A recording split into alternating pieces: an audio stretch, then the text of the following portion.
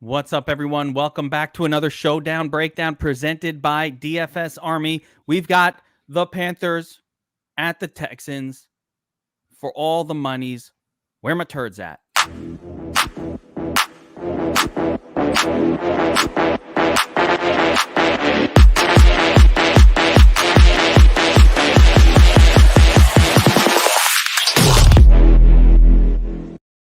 All right, Kevin Allen here from DFS Army, and I've got the $1 million man himself, Bobbywow, to break down tonight's showdown between the Texans and the Panthers. Texans home, 8.5-point underdogs, low total game.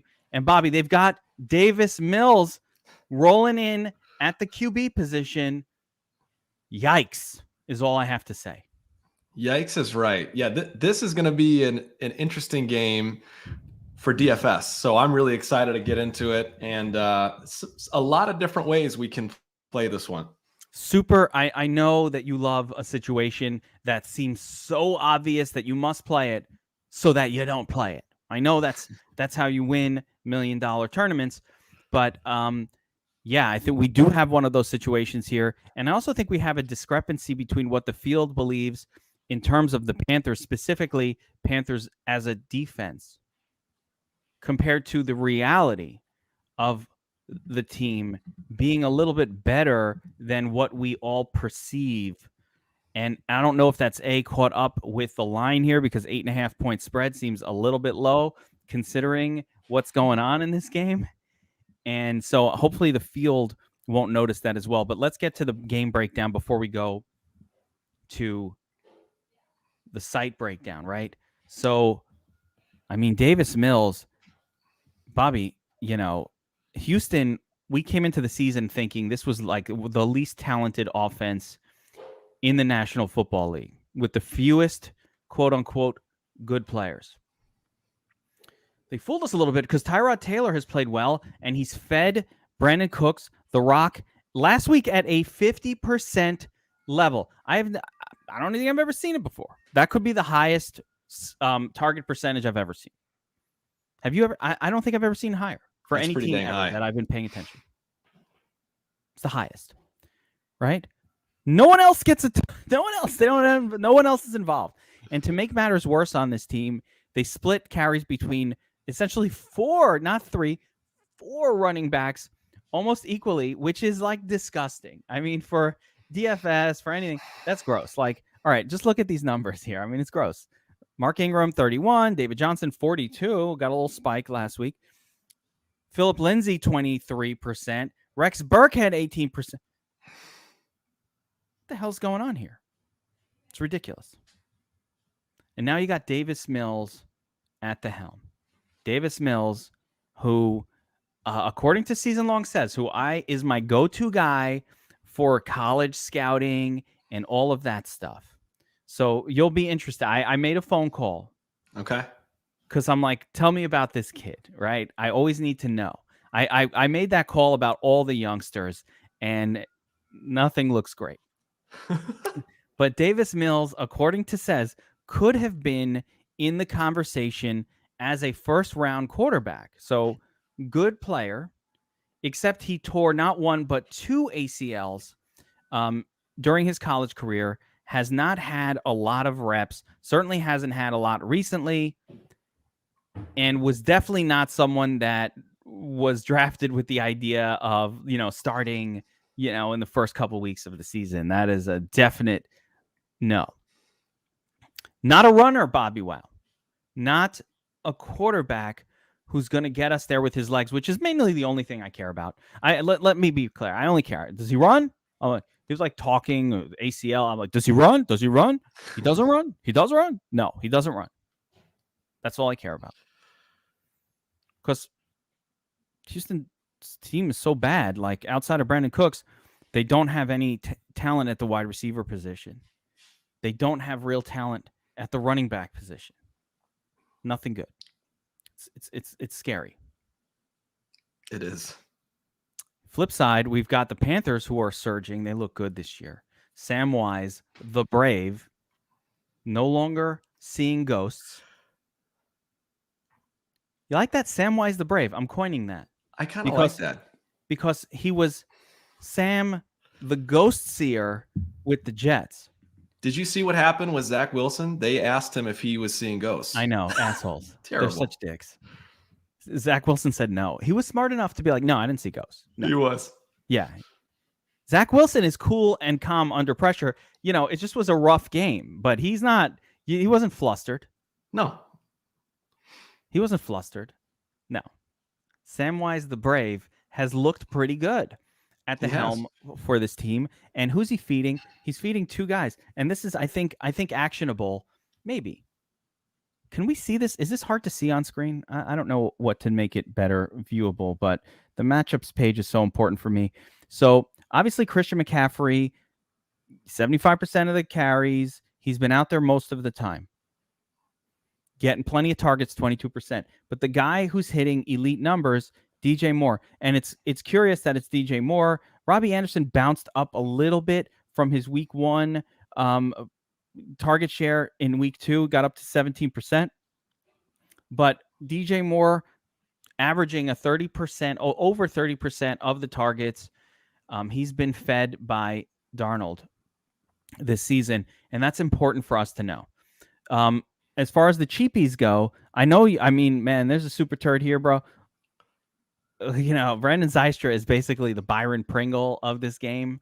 He comes in for like a snap or two, caught a touchdown. Hard to trust that to happen again. And then we've got Teres Marshall, who I think is a very good player. The targets aren't there, but the snaps are there, 50% rate.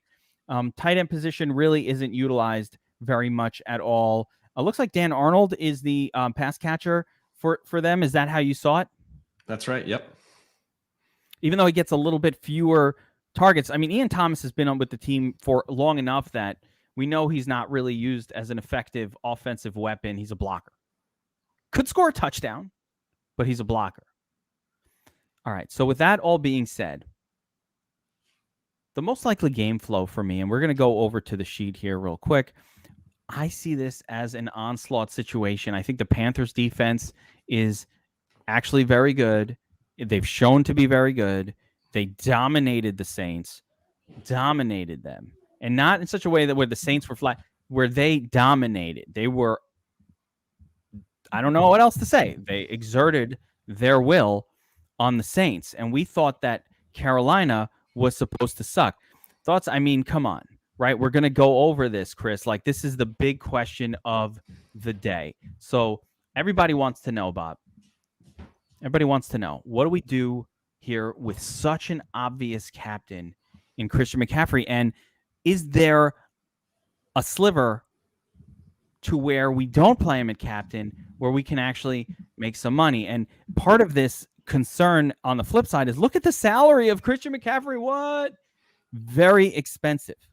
Very, very pricey to use at the captain. So I'd like to throw this over to you, Bobby, and say what you could see here. We've got him scheduled or set for 35% captain, 55% flex, 90% combined ownership in this game. It's wild. Yeah, this is as high as somebody gets that's not a quarterback. And look, I wrote it in the notes. There is not a better play on paper. There's just not. Christian McCaffrey does everything for the team. He runs the ball a ton. He's in there as a pass catcher, and he racks up receptions like no one's business. But the thing is, it's going to be almost impossible to win a tournament by playing him at captain. And that's just the reality of it. He's 36% owned. So, in cash, I think it's a great spot to go. If in GPP, I think this is a great opportunity for us to look in a different spot. Christian McCaffrey can still smash, but depending on how the rest of the game plays itself out, it might not be enough. There's also a possibility in a Panthers onslaught where they kind of don't need him late. Maybe the defense scores once or twice in this game. There are slivers of pathways to McCaffrey not being there. And my biggest showdown win ever, personally, was a Panthers game where I faded Christian McCaffrey in that specific lineup, and he wound up. It was a Thursday game as well. I remember it well, Bobby, because in hindsight, the team was just like McCaffrey had gotten tons of workload. It was a couple of years ago, and he had been getting tons of workload. And I think the team just came in with a game plan that said, you know what, it's a short week. Maybe let's not overload Christian. Only 3 days rest, and they said let's focus on the passing game. And it was DJ Moore, who was the Nuts captain on that slate 2 years ago, not last year, year before, early in the season, maybe week 3. It could have been week 3. Could have been a mirror image of this game where it looks so good on paper you had to play him, but yet, I didn't play him in that lineup, and it worked out well. So I think that's the big thing for maybe. No, I don't think that. I don't think that Houston is upsetting here. No, I don't think so. Anything can happen. It's NFL, but I don't think that. But you know what I'm saying? Like, it's all. Oh, that's a gross one too. I mean, we're getting some real turd suggestions here. But like, part of this is also when you look at the salary, you only got $5,000 left, so you're absolutely going to have to find some garbaggio. I mean, you kind of want to squeeze in, a DJ Moore, and then now what? You got to pay down for some badness in order to actually afford even a halfway decent lineup. So you probably need a couple of these type of turd players to even kind of get any more studs in your lineup. So there's some. Where's Panthers defense? Let's see how priced up they are. They're priced up. I can't even. Brutal. 6,200 DraftKings. No, damn you, DraftKings. Damn you. They didn't make it easy, right? So Davis Mills at captain. What a disaster. Conley is so bad. But let's go through all these players. So other potential captains. So obviously, I think to continue on this point, obviously Christian McCaffrey is the best player in this game. No one disputes that. He is the clear-cut best everything. But Bobby, what you're saying is it's going to be hard to win a tournament because A, it's very, very salary constricting on DraftKings. B, you're going up against half the field. So 40% of 197,729 entries are all going to be designed that way. So like, you better be damn good at making the rest of your lineup on a Christian McCaffrey lineup because you're going up against 40% of the field. So yeah, 100%. Yeah. Again, like you said, it's an ownership thing. And I personally, I'm not going to get very cute when it comes to fading McCaffrey overall. I think the chances of him being in the optimal are like 98%. If you want a pure ownership play, you can do that. That's probably not where I'm going to get different, but absolutely. As far as the captain slot goes, I think there's several different options that can help you get unique. There you go. That's what we're going to need. Either find unique approaches at the captain or unique approaches in our Christian McCaffrey captain lineup to allow for this unusual, to beat out what is going to be 70 or 80,000 of the lineups in this contest that you see on screen here. And, same deal on FanDuel for the most part. Yeah, I mean, if it's McCaffrey, that's certainly a possibility. So let's take a look at some of the rest of these options here. So DJ Moore, we just talked about him. If anybody's been getting fed by Samwise the Brave, it's DJ Moore. 19 targets in the first 2 games. Found the end zone last week against the Saints. Number 1 wide receiver. No defender on the Texans, even mildly threatening. Nothing. They don't have anything like that. So DJ Moore, yeah, I think definite possibility. He's not that much cheaper than Christian McCaffrey, unfortunately, to where it's going to be a mind-blowingly cheaper day. I think for DJ Moore to be the nuts, he's going to have to come pretty damn close in fantasy total to McCaffrey, but he can do that. 100 yards, 9 receptions, a touchdown, that's 27 fantasy points. That's it. 100 yards, 9 receptions, touchdown, 28. Do a little bit more than that. So he can easily go over the 30 that we expect Christian McCaffrey to probably get us today. I like the DJ Moore play. Beyond him, it gets a little sketchy. So you've got Brandon Cooks, who is very understandable, 50% target share. They have no one else to throw to. Yeah, I'll tell you what too with Cooks, and he's one of the more intriguing captain plays for me because we talked about the game script, right? It's very possible, more likely than not, that Carolina gets out to an early lead. Davis Mills and the Texans are going to be in comeback mode the whole game, and they're going to be feeding Cooks the ball in what's probably going to be an extended garbage time. So he's a guy that could rack up a ton of receptions and yards, and if he finds the end zone with those, super interesting pivot as a captain. Pass catchers can get there pretty quick, and if Vegas is right, and so let's respect the odds makers a little bit. If Houston's even within 7 or 8, which I don't know that they're going to be, I think that we could bet. I think we can give the 7.5 here pretty comfortable for the Panthers. But if Houston keeps it close, Cook is the only hope they have on that team of really doing it. And we'll get into some of these other turdlier wide receivers that they have on the field. But the matchups tool does tell you the tale. It's like, Chris Conley is out there. And by the way, guys, I'm going to mention this again. We are shutting down the Showdown breakdowns only Thursdays, public. Sunday, Monday games are now going behind the DFS Army paywall.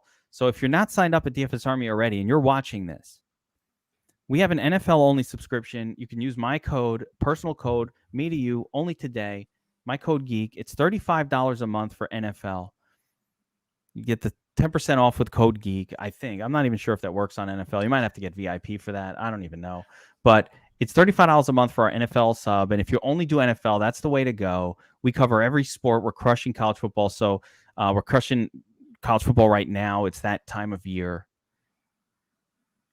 NASCAR still going, golf, everything's going. We got basketball around the corner. This is the best time to sign up at DFS Army, and you're getting still the best rate. So the Players Club pod, you don't get to see any of that shit. That's all behind the paywall. Me rapping occasionally, you get a little bit of that, a little hip hop action. So if you're watching this and you haven't signed up yet for DFS Army, you like these tools that I show on screen. This is what I use. This is what Bobbywow used to take down the $1 million tournaments.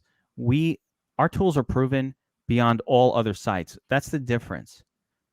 Bobbywow, $1 million winner. We are posting $100,000, $250,000 wins, screenshots every day that our members are winning, not our staffs. Bobby was a member, man. Elevated to the staff, man. You win $1 million twice, you get to be on the staff here.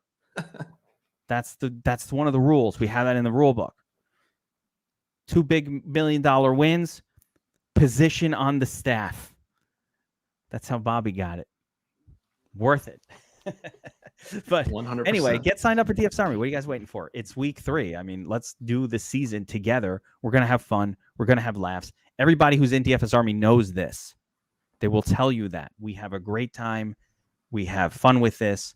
We win money. So check it out. Anyway, let's go back to the matchup tool. So what I was going to say, Bobby, sorry about the brief pause. No, it's good. But I got to remind people because I forget. I get so into the breakdown. Look, these guys aren't getting targeted. Like Chris Conley, 68% of the field, 6% of the targets. Where's Anthony Miller? He hasn't even played yet. Is Anthony Miller healthy? Is he playing this week? He is going to play. So they've been resting him because I believe he had a dislocated shoulder. So the jury's kind of out on how much he's going to play, but he's definitely going to be active for today. That's what it sounds like. And he's going to be in a crazy cheap guy and probably a large passing attack. So I will have some Anthony Miller shares for sure. They're going to have to throw a lot. And maybe Davis Mills has been throwing to Miller on like the practice squad or on the scout team. I don't know. You never notice sometimes the backup quarterback comes in and he's got some backup wide receiver that he's been throwing to, and they have chemistry, and it's like, oh shit, he must have been throwing at Miller. So that's happened before. We've seen those situations go down. Anthony Miller, I'm down with it. But like you look at the rest of these guys, Andre Roberts, all these backup wide receivers, they don't get targeted for this team. So at least I'll be somewhat excited. Let me see how much Miller is. How much is Miller? Yeah, 1,000. So you kind of need an Anthony Miller in your lineup. Yeah. If you're going to play McCaffrey, you need an Anthony, and then you need another turd. You need a kicker. You need Zane Gonzalez. Wait, hold on a second. Why are there so many kickers? The kickers in this game are ugly. What is this shit? I'm staying away from kickers in this one. Who's they are is disgusting. It Zane? Why are there two kickers on this team? It's Zane and it's Sly. Zane and Sly? Oh, yeah. Yeah, hasn't been. I mean, missing field goals. That's not good.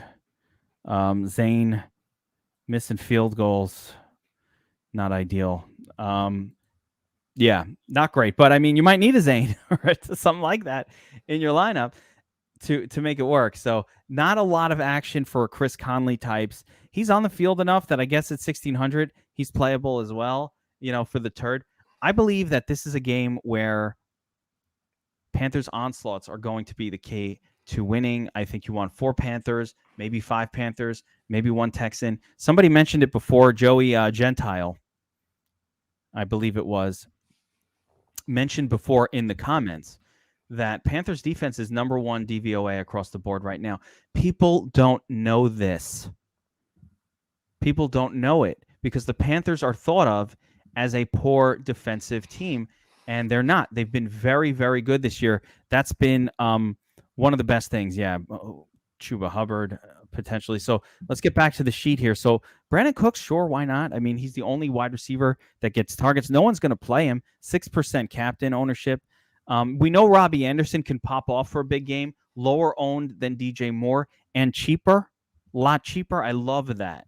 I love Robbie Anderson here because everybody thinks that Joey. Of course I read it as Joey and it's Jay because I'm from Jersey basically. Sorry, man. So where was I? So yeah, Robbie Anderson. No one's playing Robbie Anderson, Bobbywow. This feels like the Bobbywow I need your Quintez kick his ass Cephas of this game. But I mean, could it be Robbie Anderson? He had the big catch against the Jets in week 1, but also, and by the way, that defense is inflated the DVOA because they played the Jets and then they destroyed the Saints. So of course they're going to be number 1. But like Robbie Anderson, that could be the guy. They could switch from Moore. He can catch a couple of deep bombs. Totally could happen. Could be. 2 signature deep bombs for Robbie Anderson. He's the nuts play. That's his signature play. Top the defense and he's significantly cheaper than the top wide receivers on both teams. Yes. Very interesting. I like that play. I like this call, Bobbywow. Beyond that, Samwise, Davis Mills, I'm not going to be very excited about playing either of these quarterbacks.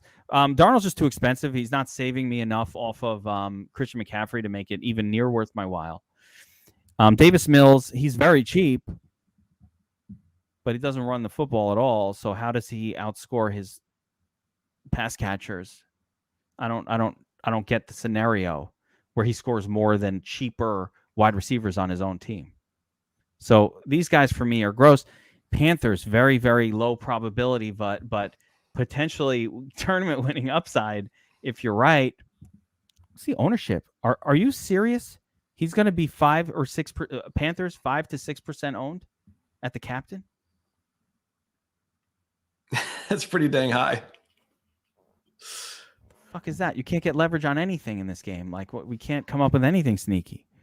My goodness. All right, so main player pool. We already pretty much went over all these players, but I want to go down to the turd zone. We talked about these running backs. Dude, I don't like any of them. I mean, one of the running backs for the Panthers just make this game disgusting. Ingram, Lindsey, David Johnson. Why are there so many of them? No clear number 1. No clear pass catching back. That's it. Somebody said Lindsey, the pass catching back. Yeah? Are you sure? Because I'm not. You would think so, but he's not. I mean, they've actually been using David Johnson as the primary pass catching guy the first 2 weeks. He caught a touchdown last week, I think. That's what I'm saying. Like, I don't know. Yeah, it's been David Johnson out there catching passes, right? 10%. Not that it's been a lot of them. No. It's very few, but like it's so gross. If I'm playing a running back from Houston, it's Mark Ingram. And he's seen the field more than anybody else. And he's a guy that's going to punch it in from the 2-yard line if they can get there. But they're gross. He's definitely getting the most work, even with all of this split of all these 4 guys. It's been Ingram 50% of the actual carry, so I like that call. And Mark Ingram might be the one Houston turd to play on your team this week. Maybe. Oh, yeah. No, I'm not calling anybody out, my man. I'm just saying, like, yeah, I get it. We don't know. Like, you would think it would be Lindsey, but it hasn't been that. So, all right. Continue. Turd zone, right? We already talked about a couple of these guys. Pharaoh Brown had a good game week 1. 6 targets, I think it was. I like Pharaoh. And we've seen before new quarterbacks see their tight ends as safety valves. It happens time and time again. So in terms of value plays that are going to be really low owned, I like Pharaoh Brown. You know what we say to Pharaoh? Oh, gosh. Let my touchdowns flow. Oh, my gosh. You knew it was coming. You knew. Let my touchdowns flow. Oh, yeah. I like that. Thank you. I spent a lot of time before this writing that one out.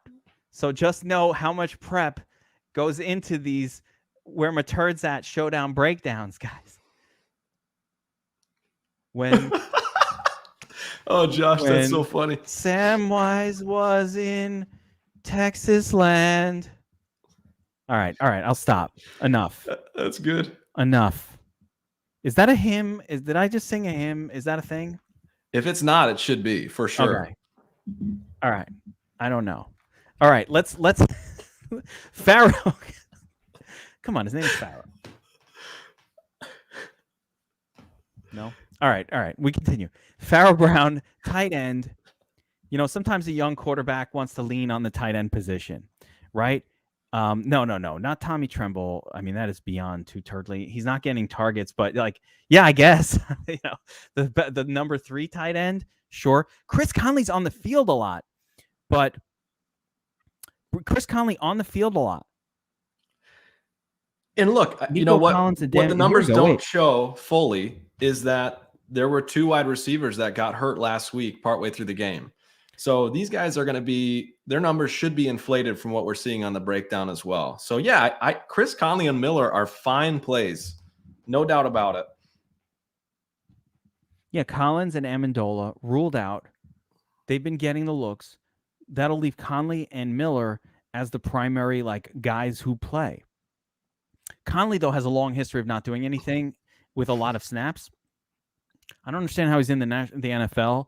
That's one of those mysteries. Like, there's a couple of basketball players that you wonder, like, oh, wow, how is he still in the NBA? Like, what has he done to continue to be here? That's what Chris Conley is. Like, he's never been productive in his whole career, but yet he's still on teams. It's a really weird phenomenon that happens. But yeah, I mean, I guess, you know, Conley probably has been a turd winner of a showdown at some point over the course of his career. Anthony Miller, I think, stands out a little bit more. I agree with you. And I mean, this got really gross down here. I don't even know if we can mess with the zone, except for one guy. What if it's a blowout and Chuba Hubbard comes in late and does a little damage in the 4th quarter at no ownership? Yeah, you know, he's so low owned, we don't even have a number. It's a 0. 5%. How cheap is Chuba Hubbard? He's cheap, but not as cheap as you'd expect. Yeah, I mean, Zystra, we know he scored a touchdown last week, but he's on the field 10, 12, 15% of the snaps. So, I mean, you know, he made the list. But, I mean, he's got a turd. He's a turd. That is whoever said look at Michael said Conley's the Tony Snell of football. That is the perfect call. Yeah, there it is. Yeah, I was going to say right. like a basketball player who's just always terrible. Yeah, I mean, could you play Chuba Hubbard with the CMC captain for that low ownership combination? Maybe. I definitely kind of like Chuba Hubbard with Panthers defense because the defense is scoring touchdown. Interesting. Touchdown. You know, now they're up by so much. It's the fourth quarter. Do they really want to wear down Christian McCaffrey in the fourth quarter? Their shining star in a game where they're up 28-0? No, they will bring out Chuba. Who's the backup for Mills? Jeff Driscoll is the backup. Oh, Driscoll would be better than Mills if he was actually playing. I don't mind Jeff Driscoll. What if Mills? You ever see these young guys that come in, they get hurt on the first play? You know, somebody trolled us for saying that, you know, what if you know, a player gets hurt, like you're predicting injuries. Guys, we predict an injury every single Showdown breakdown. That's literally what you have to do. It's like, all right, let's play a couple of lineups just in case the starting running back gets hurt, just in case one of the wide receivers gets hurt. That's how you do these. And you do it every single time. And then one time out of 5 or 6 or 7, that scenario goes down. That's why you do that. There's a guy who played the backup quarterback every slate for 3 years until it finally happened that Mariota came in and won him a tournament. But he did it for 3 years every single time. That's what you do. All right, let's go over to FanDuel. Let me throw one more turd out real fast just before we move over. Break down these turds, like any of them specifically. The one other one that I will have exposure to is Andre Roberts, partially because he was involved last week, but we really don't know how much Anthony Miller is going to see the field. He's been recovering from that shoulder injury. So when he's not on the field, Roberts is going to be that third guy, you know, on top of returning kicks and punts. So he's another guy that if you're running 150 lineups out, I would definitely get exposure to him. I love it. I love the thought process too. Anthony Miller coming off an injury. Don't know what you're going to get out of him. Could get hurt on the first play. Could not. Maybe they'll just keep Andre Roberts out there. Maybe it won't be Anthony Miller. Maybe Roberts will be the guy. So those injuries, we don't really know what the distribution of snaps will be with the loss of those two players who were playing a lot, Amendola and the rookie. Yep. I think Collins is on the IR. He might not come back for this team, for whatever that's worth. Promising rookie. All right, let's go over to FanDuel. But I love that play. Good call, and thanks. You know what? The last time you said, "Hey, let me put an emphasis on someone," again, it was Cephas on Monday, and my goodness, what a fucking smash that was. You know, so good stuff. All right, FanDuel. Now, what do we do on FanDuel? We favor running backs, quarterbacks over the pass catchers a little bit. So obviously, Christian McCaffrey once again. Best play on the slate. There's no question about it. 25% owned, 51% owned MVP. Oh no, here we go. 40% owned as MVP, 51% owned in the flex, over 90% owned overall. I don't know what you do here. On FanDuel, you got to actually play for the tie, unfortunately, if you're going to max enter these things, because if you don't at least tie and get your money back, you're not going to be able to max enter them very long. So I think you got to play McCaffrey. Let me paint one GPP picture for you real fast. All right. Only in 150, only if you're trying to win a tournament. Mark Ingram is going to be 1% owned as MVP. He gets a couple goal line carries and punches 2 of them into the end zone. I think there's a chance that if the Panthers spread the ball around enough and it's as ugly of a game as we think it is, he could wind up as the MVP. That's like, I think that's your punt play. Mark Ingram, touchdown scorer, breaks one. Crazier things have happened.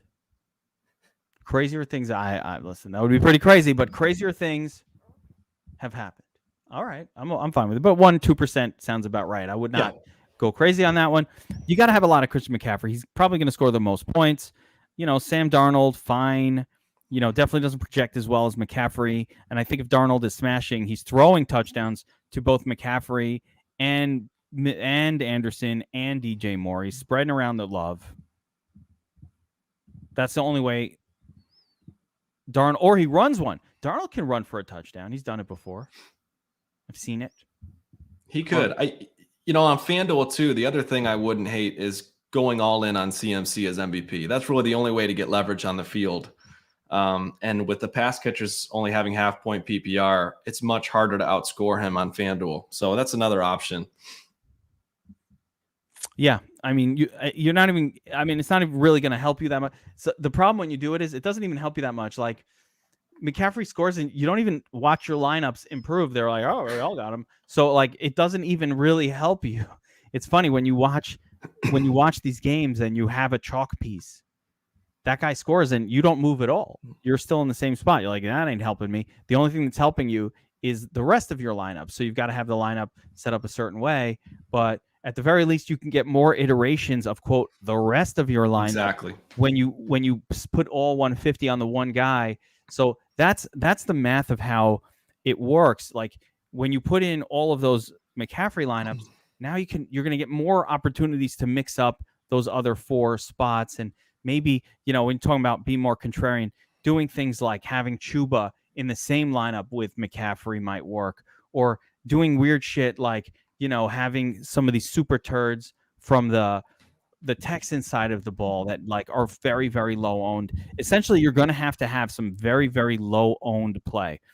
So Hunter's asking, in those plays where you might not play McCaffrey at MVP or captain, what are you doing in the flex? Are you loading up in the flex, or are you making sure you have some lineups with no Christian McCaffrey? Yeah, personally for me, I will likely be all in on McCaffrey in the flex and try to get different elsewhere. It's just, like you said, Geek, barring an injury, it's almost impossible that he doesn't end up in the optimal lineup. So I'd rather take chances elsewhere than CMC tonight.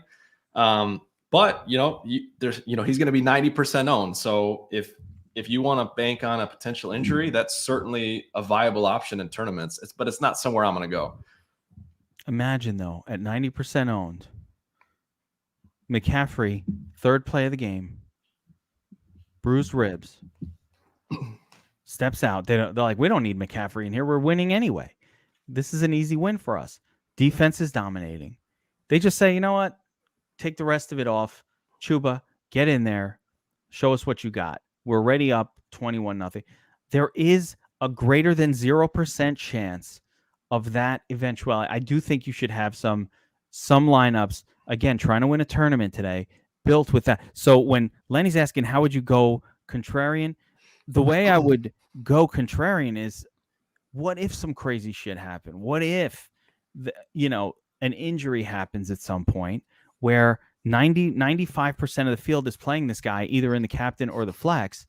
If he's not my captain, I'm definitely going to make sure I get a couple of, especially on DraftKings, some of these flex lineups without Christian McCaffrey, just because, again, you could afford some really, really different things when you don't use him. But more importantly, what if he gets hurt? What are the odds of an in-game injury to a running back? 5%? 10%? I'd say at least 10%.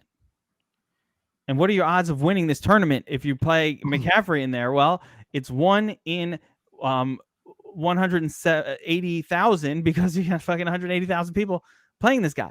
So you can change that to just you going up against like the 5,000 or 10,000 lineups that don't use him. It doesn't happen a lot. It's not a scenario that's likely to happen, but it could happen. And that's all we care about. So, all right, other things that we've got going right now at the captain spot. Wow, you got a lot more names here than I was expecting. So Mark Ingram, the super sketch play, Brandon Cooks, DJ Moore, Robbie. I'd probably put a little more DJ Moore in there, but you're right. I'm assuming that the reason you don't want to go too heavy on these guys is because it's probably Darnold. If they're getting there, it's probably Darnold doing it, right? Yep, that's exactly right. Yeah, I see that. It's basically if Moore and Anderson are heavily involved, then Darnold is probably going to be the guy. He'll probably throw one to, he'll throw one to McCaffrey. He'll throw one to here to this guy. He can throw 2 to Moore and one, and 1 to, and it'll be Darnold over those guys. So that's where the Darnold play comes in. Davis Mills, man, it's hard for me to get there with him. I don't know how he gets there. How does he outscore everybody in this game? I guess it's possible. Let's talk about some flex plays, Bobby, on FanDuel that might work here. Basically, on FanDuel, we need to afford, let's just take a pretty chalk approach, right? I want to squeeze these studs into my lineup. Let's say all three of these guys. I'm down to 6,750. Like, what can I do to make it work? I got to find a 5K, maybe a 5,500, maybe like a Miller, maybe a Chuba. So you put Miller in there. Okay. Don't love him. Or maybe Andre Roberts. Where's he? Same price. I just saw him 5,500. So Miller or Roberts, let's say them interchangeably. And then you could go up to 8K and find, some pretty gross names as well. It's hard to afford this, Bob. Conley. I like Conley a little bit. And, one of the guys we haven't talked about that's another low-owned play that I actually like is Dan Arnold. He had a lot of hype coming into the season, and his role is supposed to be pretty big. So as a pass catcher, I like Dan Arnold as a GPP play as well. He's only 7K, I believe, 7,500. Yeah, I don't mind that either. I mean, obviously, when you look at this lineup on screen, you're like, that looks pretty bad. That doesn't look good. But that's what it is. If you're going to play McCaffrey, if you're going to play the three studs, your lineup is going to look like garbage. But these guys are legitimately the three best. Like, how else are you going to switch it up? You go from Moore to Anderson. Say Anderson has the smash game, and now I can afford one more really good player. Although really good is a relative term, but you can get another quarterback in there. So I think for the most part, what you're seeing on screen here is the cash lineup. Probably, you're going to basically choose between Anderson, Mills versus Moore,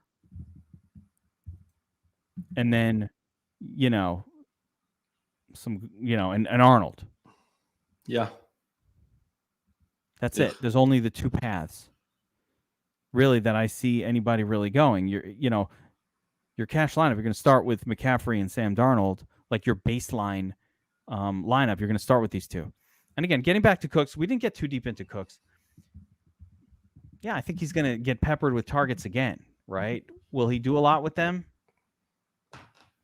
Maybe. I think Cooks is a good play. I like Cooks. We don't know if Mills is any good. There's no way of knowing if Mills isn't going to be completely horrible, but if he's not, it will be because he's throwing to Mills. So I think the most contrarian way to play this, the most contrarian way to play this slate maybe is to assume that the Texans aren't completely garbage and can keep up. That's where your Ingram play comes in and the Cooks play comes in. It's like, well, they actually did okay, or Ingram had a couple of big runs and scored, or Cooks continued to be a dominant wide receiver. He's been great. He's been one of the best wide receivers in the NFL under Tyrod Taylor. It's not like Tyrod Taylor is some special player, although he's been playing pretty special. He has. He's been good. Like different guy. Yeah, I don't know. Any last thoughts? Anything that we missed, Bobby? I think the only other thing I would add is anytime a QB is 10% owned or less on FanDuel as MVP, I have some interest. And I know Davis Mills is a massive question mark at this point, but they're going to be in pass heavy mode, I would assume, if the Panthers can get an early lead, and you never know. So I like the QB position at MVP as it is, and the low ownership there makes me want to probably get 2x of that. So Davis Mills is the other guy I like on FanDuel. It's GPP. Man, if that's happening, this whole game has gone haywire. You know what I mean? Like, what happened in this game that Davis Mills is the highest score? He's got to run his inner David Blow. We have seen that first game from the rookie where sometimes they have a big game. You're like, oh, where did that come from? I don't know. And then David Blow starts to blow after the first game, but they get the one game honeymoon every once in a while where they play well. The only problem again is I wish Mills was a runner, because if I believed in his legs at all, I could find the sliver of scenario where he does his thing. I get that. You know what I'm saying? Like if it's even a Jeff Driscoll runs the football. If Jeff Driscoll was in this shit, I'd be a lot more interested in Driscoll. He runs the football. But I think he was only signed like a couple days ago. Like, I don't know if he's been on the team for very long. I don't really know what the story is with Driscoll. I don't know. It's crazy. All right, guys, that's going to do it for the Showdown Breakdown. Where My Turds At special. Reminder. We've been doing the Monday and Thursday games open to the public because we want you to see what we do. Want you to see some of the tools, a little bit of the DFS Army stuff. See the fucking GOAT himself, the $1 Million Man, breaking down these games. DFSupNORTH, Josh with us. We do this for everything. We got the Players Club, break down the NFL slates week over week. We got the cash game stuff. We've got the chalkboard. There's so many tools at DFS Army to help you become a successful player. Domination Station Optimizer, the best projections in the business by far. Everybody knows it. We get ranked. We just got ranked. You know, you saw it, Bobbywow. DFSupNORTH, my boy, ranked top 3 accurate golf touts or analysts. He's the true GOAT. Yeah, for the amazing. His 3rd season in a row as a top 5 PGA analyst. That is an independent ranking system. Of course, they ranked us number 1 for NBA. They ranked us like number 2 for NHL. Like we're number 1 for college football every year. You got to check out DFS Army. There's a reason why our subscribers are at the top of the leaderboards every time you see them there. They rock the avatar. You're in FanDuel. You're playing on DraftKings. You're like, who are these fucking assholes? I hate them. Don't hate us. Join us. Don't hate. Join. Become one. Be part of the team. Join the collective. We'll welcome you with arms wide open. But if you're not in, fuck you. We hate you. We'll take your money. That's how we do this. All right.